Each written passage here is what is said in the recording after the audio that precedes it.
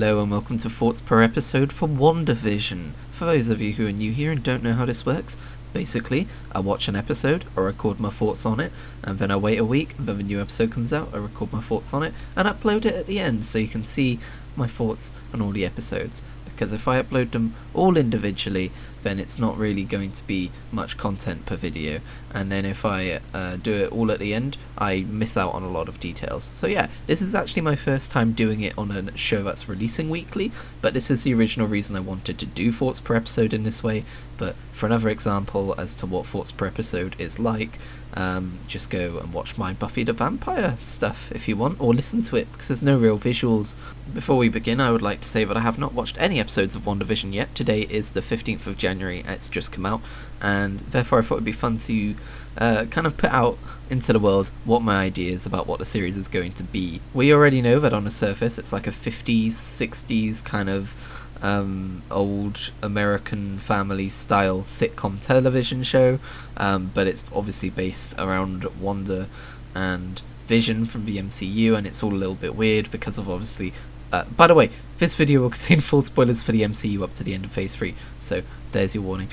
So obviously it's going to be a bit weird considering that Vision is dead, but it's yeah, there's lots of theories as to where it's going to go. In my view, it could go one of two directions. The first direction would be that this is all a world that Wanda has created because she has those kind of powers, and it's a way of her dealing with her grief, and this show is going to be about grief to an extent, but also her losing control of her powers a little bit and having to rein them in and all that kind of stuff. They could get very Truman Show with it, except she is the architect as well as the person inside the show, so there's that. I recently watched a Truman Show for Pictures Without Pictures, a podcast I do, so I'm glad I've seen that so I can compare the two. I loved that movie, by the way. The other direction they could take this is the multiverse direction, because I think it's pretty undoubtable at this point that that's where the MCU is heading for Phase 4 at least. We know that Elizabeth Olsen has been cast for Doctor Strange in the Multiverse of Madness, which comes out I think this year, like after this basically, so people are kind of assuming that this leads into that, so you know, that's probably another direction that could head. Or maybe it's a culmination of both. Maybe somehow her powers have something to do with the multiverse, or she sees a multiverse version of Vision and that kind of sets her off. Who knows?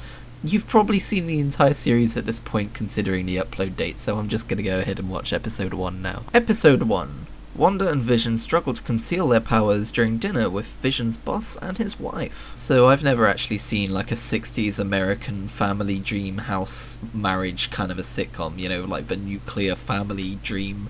I've never actually seen one of those, but I have seen some old stuff. Growing up as a kid, Some Mothers Do Have Them was still running on TV.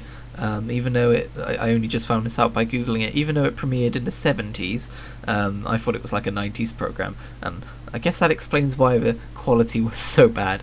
But yeah, I watched that, and that's what this reminds me of a lot. It's very traditional, it's very everyday guy turns out to be a goofy nonce who has trouble getting through the day without destroying all of his personal relationships because he's such an idiot, that kind of a thing. The dinner with the boss scenario reminded me of that. I wouldn't be surprised if there's an episode of Some Others Do Have Them with a dinner with the boss, but it's very like your entire world is based around this traditional home lifestyle, and your job which you go to, and basically having to merge the two of them where you're weird at home but you're trying to act professional at work is very like, I don't know, it seems a very good fit for the first episode of this. The other sitcom this reminds me of is a slightly more modern My Hero, which, if you are not aware, was between the years of 2000 and 2007. It was made by the BBC. It had what's his face, frickin' Ardal O'Hanlon. Turns out I never knew his name, but he plays Dougal in oh my god, I'm blanking on all these names. He played Dougal on Father Ted, there we go. But the premise of that show is that he's like this superhero from another world. Basically he's Superman, but he's trying to live an ordinary home life, and therefore he has to keep his secret, and the whole joke of the matter is that he doesn't understand human society. I remember he got loads of cash back at a shop once because he thought he was getting free money, that kind of a thing. So WandaVision evokes those two shows for me personally. It very much isn't afraid to stick by the sitcom for a long time. I found some of the jokes between Wanda and Vision to be funny, like given the situation that they're in, but the jokes between them and the rest of like the cast of the show that they're stuck in ostensibly, I kind of thought they fell a bit flat because I think they're supposed to. You're watching it for the mystery, not for what the show is trying to be to whoever is watching it within the universe. I didn't find it boring though. I was looking for the seams, and there were a few of them. For instance, they couldn't remember when their anniversary was, which at first is like oh no, how embarrassing, everyone knows when their anniversary thing is, but no, it's like they couldn't remember their anniversary because it seems to me like they're playing on the fact that when you start watching a sitcom, if you start watching from season 1 episode 1, it's already going, everything's already established. You don't see the start of their story as a family, you just see like a day in their life. And if we truly are going off of the narrative point that Wanda's created this simulation that they're all in, or maybe they're trapped in this simulation with no memory of how they got there, then this is episode 1, this is the beginning of that. But going by typical sitcom rules, it's already their life is already established. They've already been married. They already have an anniversary and all of this kind of stuff. There's vague ideas that it's towards the beginning of them living in that residence because their neighbour drops around, but other than that, you don't really get a sense of time. And I think they're playing with that in a really cool way. Another seam I noticed was Vision not knowing what the company does, what his job is at the company, and again, that's played off as like oh, you know, this guy's done this job for so long, but you don't even know what his job is because he doesn't even know what his job is. And you definitely get situations like that in real life. Like, I have a family member who says that they're not entirely sure what their job is and they've been working at their office for years.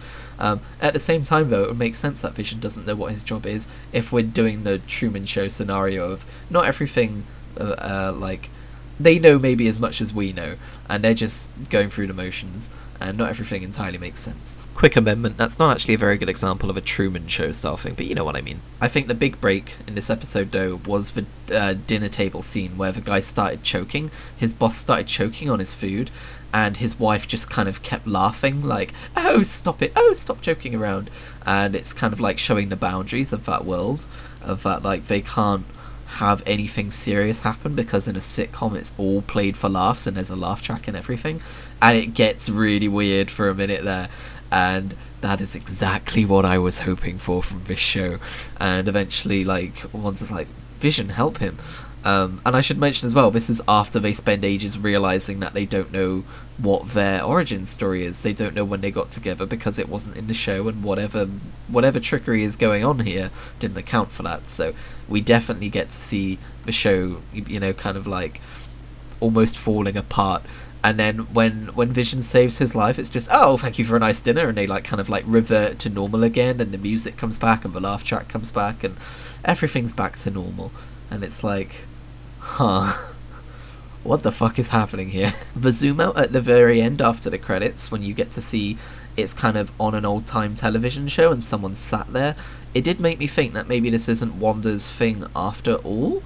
Like, maybe this isn't something that she's created, maybe this is something that she's been put into, and Vision, which is a mystery in itself because he's meant to be dead, so maybe this takes place before Infinity War. I don't know. I don't have the answers for you guys. I'm just going to go ahead and watch episode 2 now, so off I go, because they released 2 episodes in 1 week. How lovely of them. Episode 2. In an effort to fit in, Wanda and Vision perform a magic act in their community talent show. There is a lot to talk about with this episode. So ostensibly this show continues the theme of Wanda and Vision not really fitting in with the rest of the neighbourhood, which is a very cool reflection of what's actually happening with them. Except it's the other way around. It's the neighbourhood that has to fit in with them in a way.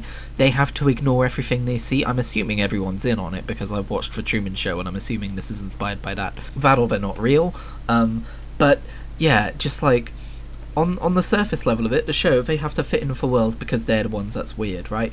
But on the next level of it, it's the world that isn't real. So things keep going wrong and they keep having to change and adapt to fit it all in and make it make sense. It's a really cool dynamic. I love that they played with the black and white thing when the red toy helicopter fell out of the sky, which was absolutely a camera falling out of the sky moment if I've ever seen one. Again, I'm really happy that I watched The Truman Show before this. and when it was reflected again in the red blood, when she cut herself as well after the whole radio incident, that was really cool. The radio incident where you hear, I want to say that's Mark Ruffalo, what's his face, the Hulk, I'm forgetting the fucking doctor dude's name, you know who I mean by now. I want to say that's his voice, where he's saying, "Who's doing this to you, Wanda?" Which lends further credence to the idea that this isn't Wanda's doing, this is happening to her. But at the very end of the episode, when you see the very, very weird beekeeper coming out of a manhole, which is definitely a first time image, that would make you go, what the fuck is happening? Very abstract. She says no, and then time rewinds, which leads me to think that actually she does have at least some control over this, and she wants to be in this show. You get the impression that she's lying to herself, and maybe she was put there, maybe someone's doing this to her, but then maybe she's already kind of figured it out on a subconscious level, but wants it to be true, because do you need reminding? Vision's dead, and she's very upset. I mean, just look at what happens at the end of this episode. She's suddenly pregnant. She's having the nuclear family dream with Vision. She's now gonna have kids with him, which doesn't make a lick of sense because he's a bloody machine, but they're doing it anyway. I also feel like colour emerging in the world has two kind of reasons behind it. The first reason is to show time passing, to give the user the sense that they've been here for a while now and that the show is entering a new era, but I think on a more meta sense it's so that they can cover up colour, or maybe they can't cover it anymore. Like, colour is a level of reality which is seeping through, and they've just decided, or maybe it's not a decision, but fuck it, it's happening now, so here's colour. This way, when a red toy helicopter falls out of the sky, it's not gonna seem so out of place, because you already know what red looks like, you know. Sorry to be jumping around all over the place, by the way, with this, but going back to that scene really quickly, it was absolutely brilliant in the way that, similar to the choking scene in episode 1, when Wanda sees the red helicopter and she's looking at it like, what the hell is this? The music kind of quietens down, the laugh track disappears, the whimsical nature of it disappears, and then her neighbour pops up in a legitimate jump scare where she's like, well, if it isn't the star of the show, because, you know, that's kind of like 60s dialect, I guess, of like, oh, look who it is, and, you know, there's a talent show on and we need to prepare for it and everything. But obviously on a deeper level, she's literally the star of the show, and she's reminding her of that, like, no, you aren't supposed to be finding all of these cracks in the programming. You're supposed to be doing your job, acting as the main star, stop questioning reality, make sure all of the plot happens as it's supposed to happen, and then she very deftly leads her away, not giving her a second to think or remember what had just happened. So good, I love it, it's so good. Also, I'm getting the Good Place vibes out of this a little bit, even though it's not really. Just felt like I should put that out there. I don't know. I don't think Wanda's dead though, that's not what I'm trying to say. Anyone who's seen season 1 knows what I'm trying to say. So yeah, that was the first 2 episodes they gave us, and I'm very excited for next week. So I would say I'll see you then, but actually I'll see you in a minute, unless you're listening to the audio only version that I've put up in increments. In that case, I'll see you next week. Episode 4. We interrupt this program.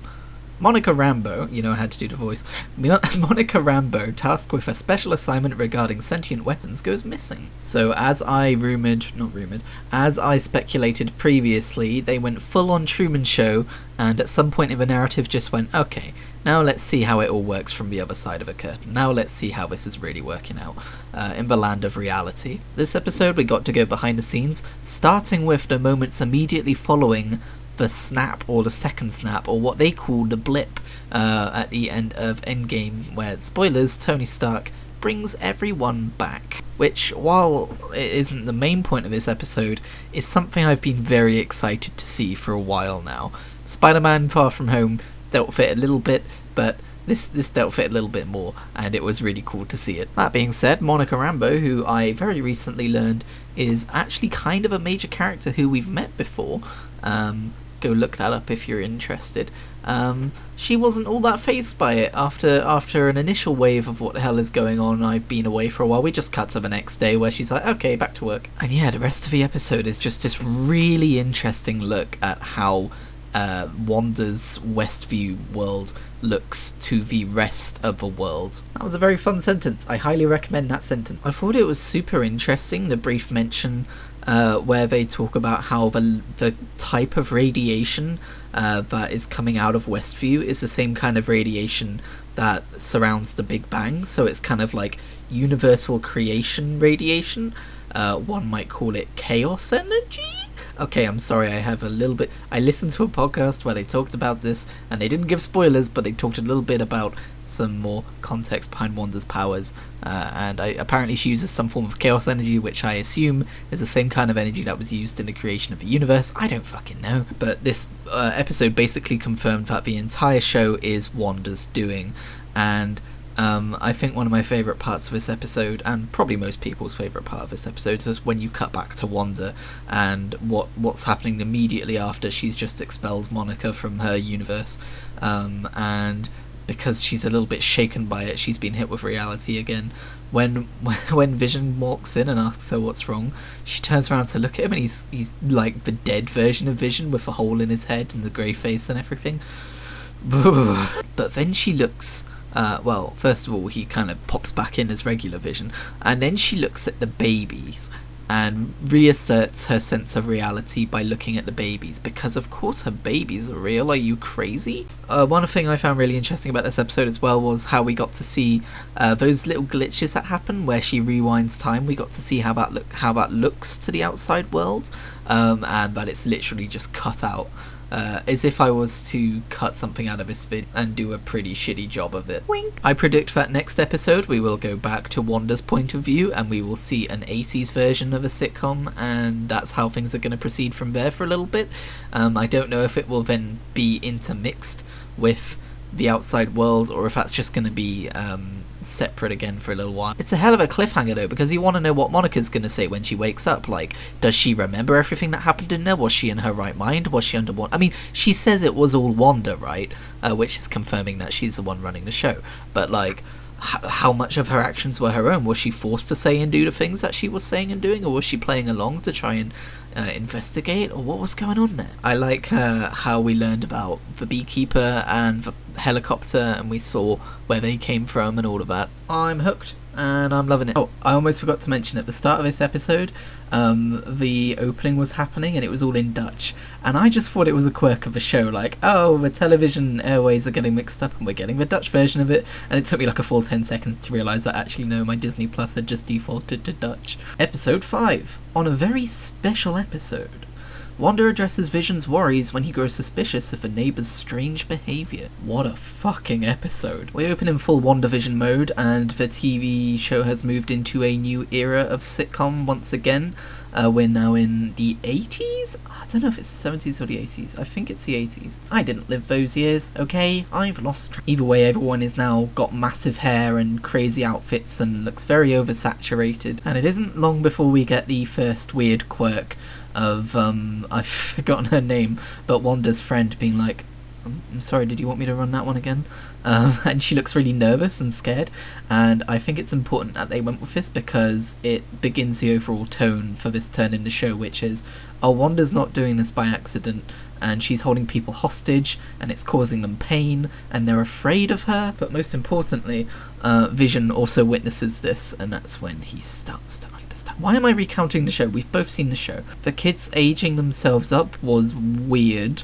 I think we're to take it as a sign of Wanda not really wanting to deal with the baby years and just being like, she's kind of getting too comfortable of like, I don't care if she sees them age up and she's totally fine with it, like, this one person can know a little bit more about the nature of the universe that I've created here, you know?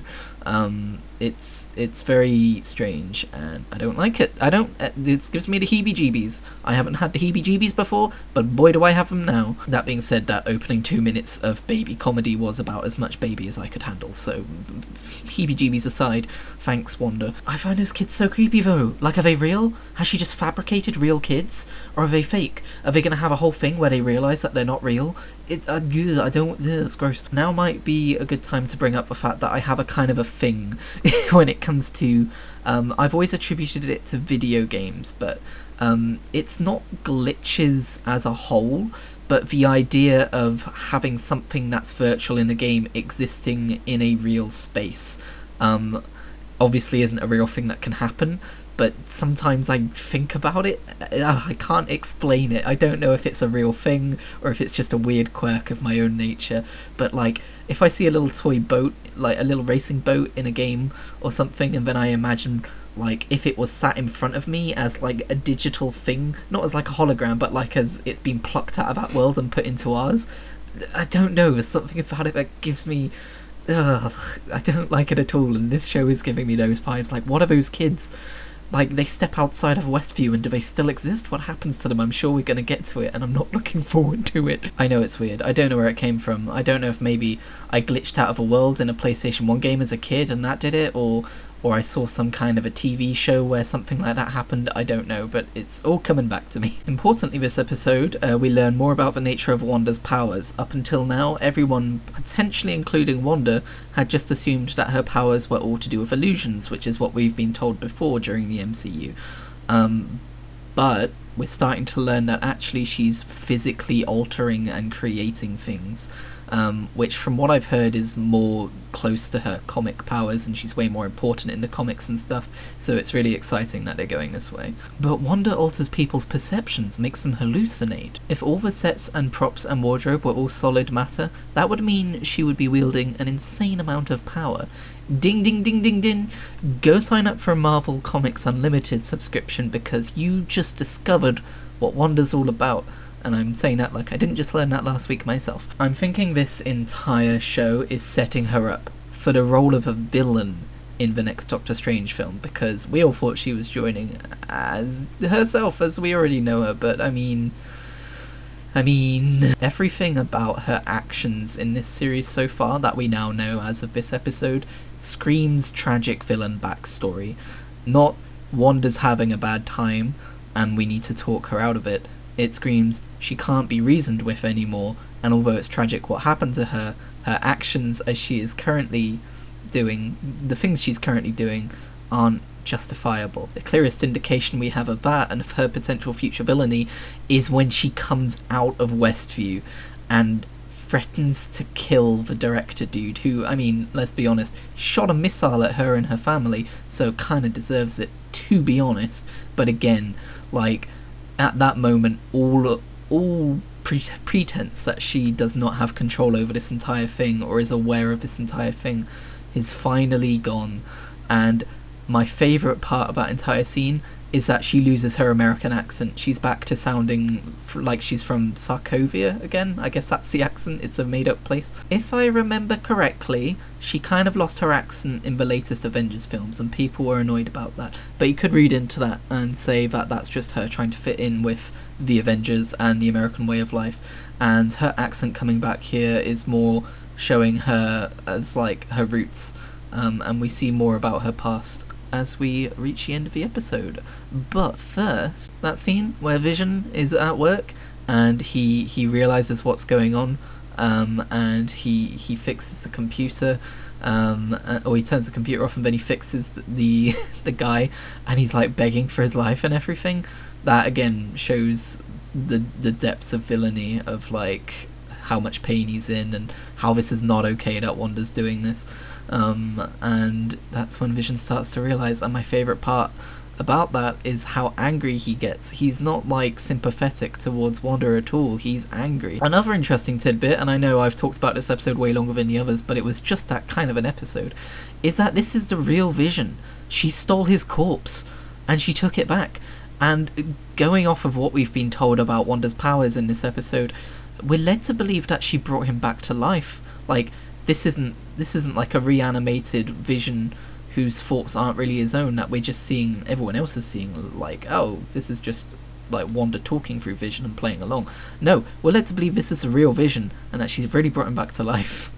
Holy shit, like, I know he's a computer, but he's a super advanced computer. It makes you wonder, can Wanda bring other people back to life? And interestingly, obviously at the end we see Pietro, who she has, again interestingly, recast. I have to wonder if a nod to Pietro being recast was something to do with the in-universe show, so if she's decided to take one of the townsfolk of Westview and turn them into Pietro and give them that role, and it's not really Pietro, or if that was just a throwaway joke and this really is Pietro and he either never really died or she has brought him back from the dead using her insanely powerful powers. That's going to be addressed in Doctor Strange and the Multiverse of Madness. I ran out of breath. And then the puppy died.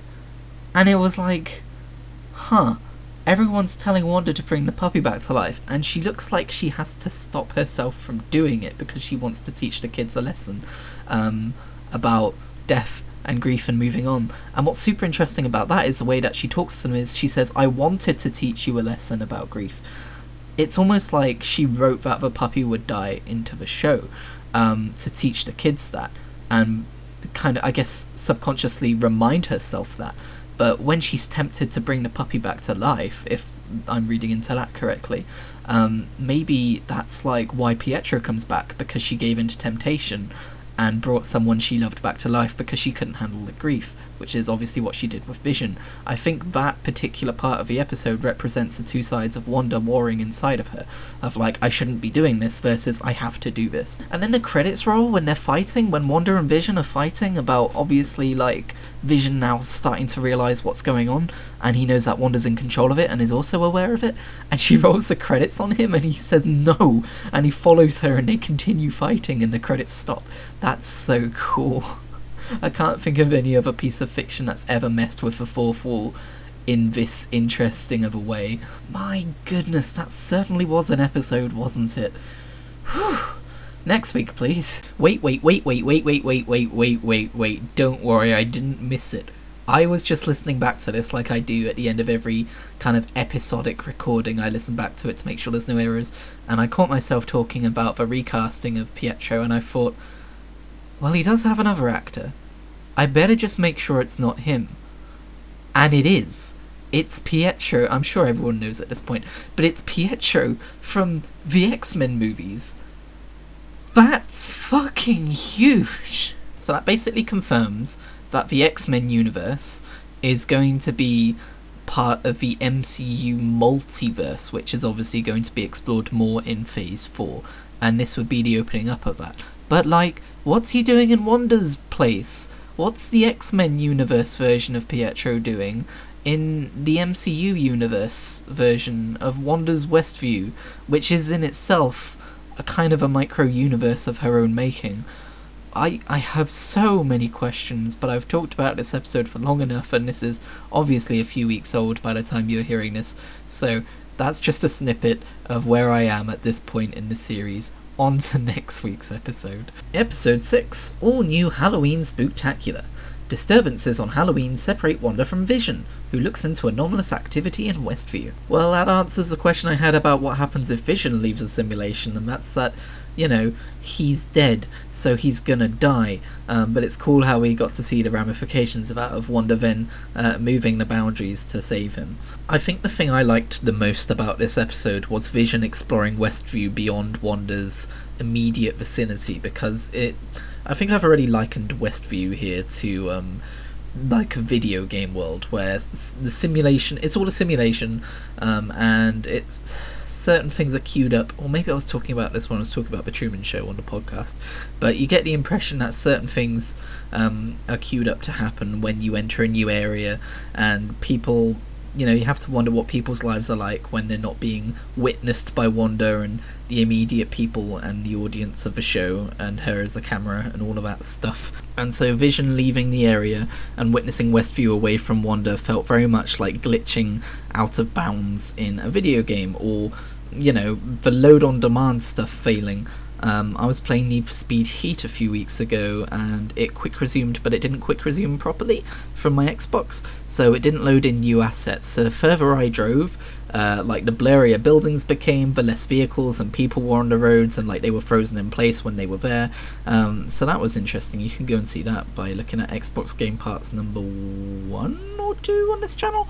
But anyway, I'm getting away from that. What I'm getting at is it's really interesting how they've turned that into a story beat in WandaVision. That idea of, imagine if those people, you know, were real people, and the pain they would be in of not being able to move unless being witnessed by Wanda. Yeah, that kind of a thing. I thought it was super interesting how Quicksilver was talking to Wanda openly about the simulation she had created and the ethical ramifications of that, and how she's you know, she's kept families together and all that, so it's fine, and kind of like enabling her. And at first she's a little bit shocked, but then she's like, okay, maybe I can listen to this. And yeah, it's kind of interesting. Well, it's super interesting. I started this clip by saying it's super interesting. I can't go from super interesting to kind of interesting. That would be like me saying it got less interesting over time. There's still so many unanswered questions, like Quicksilver, like why is he the version of him from another show, or from another universe even. I can't remember what his death in Age of Ultron was like. Did he get 3 bullet holes in the chest and die in the street, or is he talking about a version of himself that died in an X-Men movie that I haven't seen? I don't know. I'll probably find out soon when I go to the subreddit and read people's comments. But yeah, as opposed to the previous episode, which felt very revelatory, this felt more like an episode which was exploring the revelations which we've already had. So as much as lots definitely happened in this episode, it doesn't feel like there's as much to talk about this episode as there was last episode. It just feels like we've learned the things, and now no new questions have been answered, just more questions have been asked, and we're just watching the events unfold. So I guess there's less to talk about this episode, but it was a good episode either way. Episode 7, Breaking the Fourth Wall.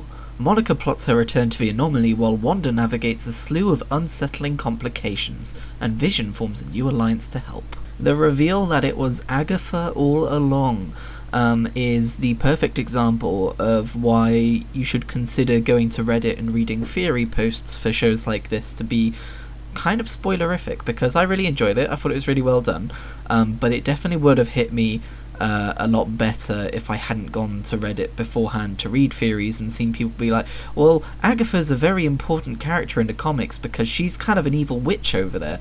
And since then it's kind of been placed in my mind that, I guess something's going to happen with Agatha being secretly evil. And here it is. And I would have not seen that coming had I not been to Reddit. That being said, I do feel like a bit of a fool because, at least at the end of this episode, it's been kind of explicitly said it's been explicitly said that it was Agatha all along, so maybe Wanda doesn't even have control over the Hex. Maybe it's not her thing after all, which is what I was leaning towards at the start of the series. If you remember the start of this video a whole half an hour ago now.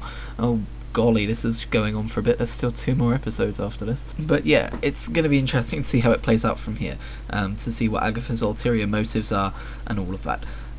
Maybe she's trying to drive Wanda mad by having her create these fake kids, loving them, and then taking them away from her to kind of compound her grief alongside the whole Westview having Vision around thing too. So yeah, it could just be an elaborate plot to turn Wanda evil. That still doesn't explain the whole multiverse stuff, though, if that is what that was with Pietro. Maybe Agatha's from a different universe, I don't know. Anyway, end of the episode reveal aside, I think this kind of like 2010s era episode was perfect because it's called Breaking the Fourth Wall, and when I saw that title I immediately knew what the episode was going to be about in like the era of sitcom that it is, and B, the fact that it's going to be used in the way that it was used, which is to kind of like, we've got to this point in the story where the illusion of Wanda ostensibly having control over Westview and it all being a falsity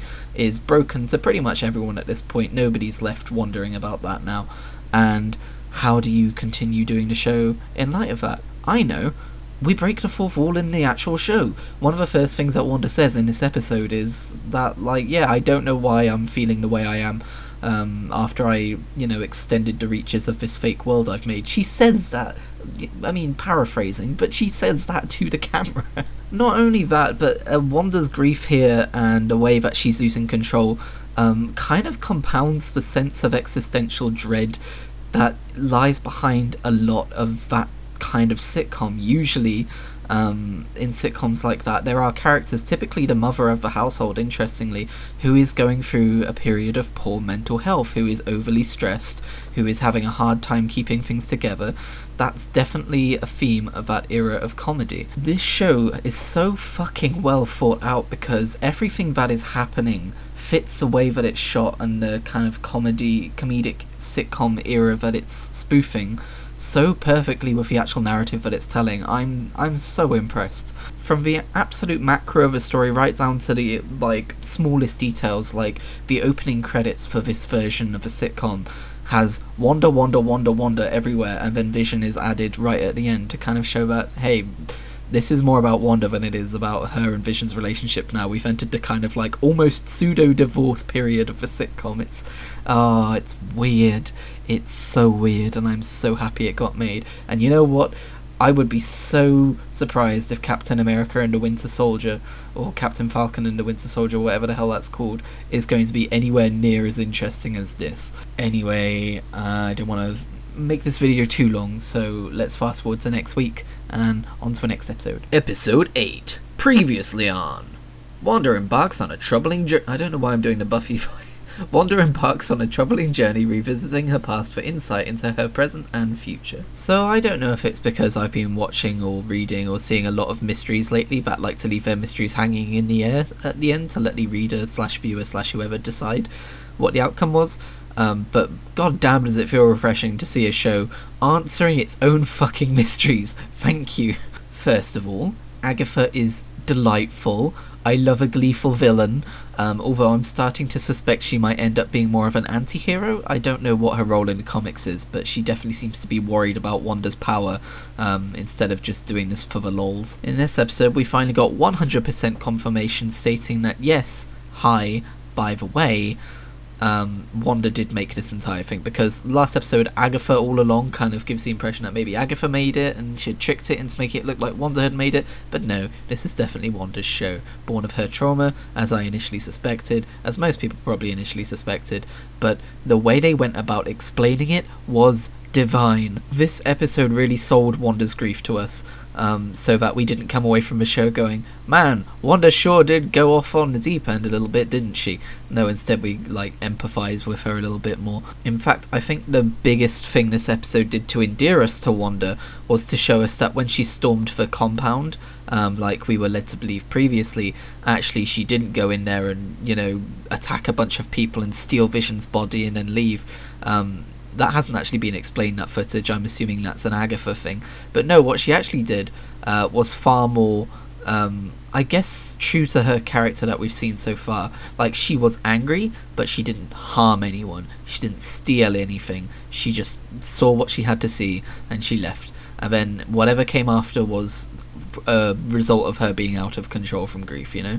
Like, it's far easier to kind of forgive that kind of a character, even though some of the stuff she did was obviously still very wrong. What I'm trying to say is that she's not being portrayed as aggressive anymore. She's still torturing the poor minds of everyone she's holding hostage in her little simulation, and the more aware she became of that, the quicker she should have stopped it, but I guess we'll explore that later on. It's cool that we got to see her past and see where the sitcom idea came from, and you know, how the different eras of a sitcom represent different eras of her life as well. That was pretty cool. Obviously, I think the big talking point of this episode is going to be when we see the other version of Wanda in the Infinity Stone, or maybe that's not Wanda at all, but just the Scarlet Witch as a concept in the Infinity Stone, kind of like gliding down to meet her and probably, you know, give her full powers or whatever. Is that a multiverse thing? Because that feels like a multiverse thing. To be fair, I also thought Pietro was a multiverse thing, but it turns out that was just Agatha all along. But then where did Agatha get his appearance from? Because that's still the appearance of him from the other universe. I don't know, man. I don't know if they're going to explain that or if that's just going to be a cheeky coinky-dink. But this whole Scarlet Witch thing sure does seem like a multiverse thing. By the way, I didn't think that Marvel had the rights to the name Scarlet Witch in movie and show media. I thought that was the reason why they did that whole little thing a few episodes ago about, oh, what, she's never had like a silly hero name? No, she's always just been Wanda. It's all Wanda. Had to throw that in there. Yeah, it was just interesting. Like, so Scarlet Witch is... it could not be a multiverse thing, it could just be a thing that every universe has. And it's like being the Green Lantern, she's the Scarlet Witch, if you know what I mean. And let's not forget as well that the MCU has its own personal takes on these characters and their powers sometimes, so it's not necessarily going to have to follow how it goes in the comics. And also remember that I don't actually know how it goes in the comics, besides the occasional comment I've heard from someone about them. Another interesting thing to me was that they straight up said there were witches in the 1600s who had control over magic, so magic's just a thing, and I guess it already was because Doctor Strange, but I don't know, it took me by surprise again, because specifically in the MCU it's always seemed very grounded in reality and science fiction. But yeah, I mean, we're post Doctor Strange, we should expect this stuff at this point. Time magic is fine, but magic? Oof, that's too far for me, apparently. I like that, by the way, speaking of different kinds of magic, that when Agatha, twigged as to who Wanda was, she called her the Scarlet Witch and stuff, she told her that she uses chaos magic. She has the power to create things, and that's Marvel explicitly telling the audience what Wanda's actual powers are and how all of this came about, so that's cool. We've got one episode left. I'm super excited to see where it goes from here. I absolutely expect it to not just wrap up in a neat little bow, but instead tie into a upcoming movie, but I'm sure the entire Westview arc will be coming to an end next episode, one way or another. You're gonna get... I don't know the lyrics. Episode 9, the series finale. The events of WandaVision come to a head, and the destinies of all who took part are determined. If that isn't a synopsis that tells you nothing about the episode, I don't know what is. But I'm just going to assume you know what happened. This entire series, I've been looking at Vision, and then when the kids were introduced, especially looking at the kids, and going, man, how are they going to deal with the fact that they keep hinting at the fact that these are all parts of the simulation or the reality that Wanda's made, or as we now know it, the Hex, and cannot live outside of it. How are they going to deal with that? Because I don't think Disney Marvel is dark enough to do a whole thing where the kids don't exist anymore because they were all just part of Wanda's spell. And hey, they did it. I mean, there was that tease in the post-credit scene. Hey, if you haven't seen the post-credit scenes because you didn't know about them, pause this right now and go and watch them. There was a scene in the post-credit scene where Wanda's like learning, like she's got the illusion of herself sipping and enjoying a normal coffee outside, but then it goes into the back of a house and you see that really she's studying all the arcane arts and looking scary and intimidating and slightly villainous. Ooh, and she's learning about being the Scarlet Witch and all that, and then she hears like her kids yelling and asking her for help, and it's like, is that a multiverse thing? Because those characters exist. They are Marvel Comics characters, and I don't think they're just going to appear in WandaVision. I think we're going to see them again. So yeah, that's interesting. We're going to have to figure out what happens from here. But I was very surprised during the scene at the very end of the episode when she was putting the kids to bed and Vision was, trying not to choke up and cry, and I was like, wait, are they actually fucking doing this? Are they going to erase the kids? Because I thought at least Wanda would keep the Hex around her own house and Agnes's house, because obviously she's put that spell on Agnes. Or Agatha, I guess I should say. And no, she just straight up deletes them from existence. And it's like, fuck, dude. I didn't realise Marvel were allowed to be that. I mean, I guess this is the same...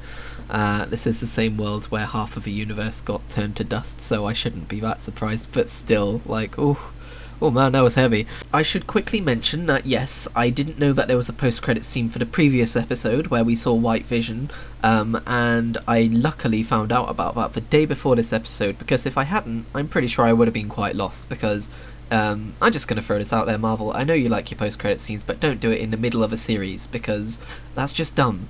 It's just another scene. It's just another scene in the episode that needs to be in there. That's integral to the plot. And if you're putting it in a place where people could potentially miss it, then it's not a good idea. Final episode of a season, I'll give that to you. You can do that. But in the middle of a season, don't do that. As for the superhero action in the big final battle, I thought the first half of it was actually kind of naff.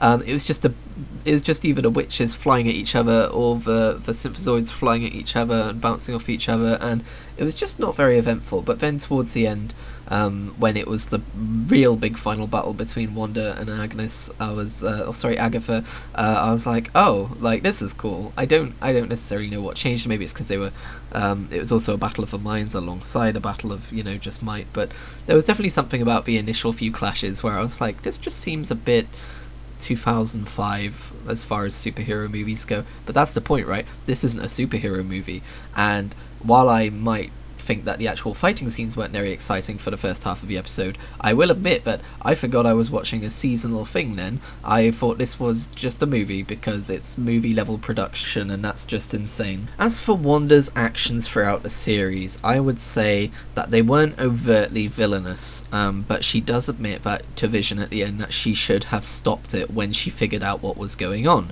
implying that yes, she figured out what was going on and decided to keep it going.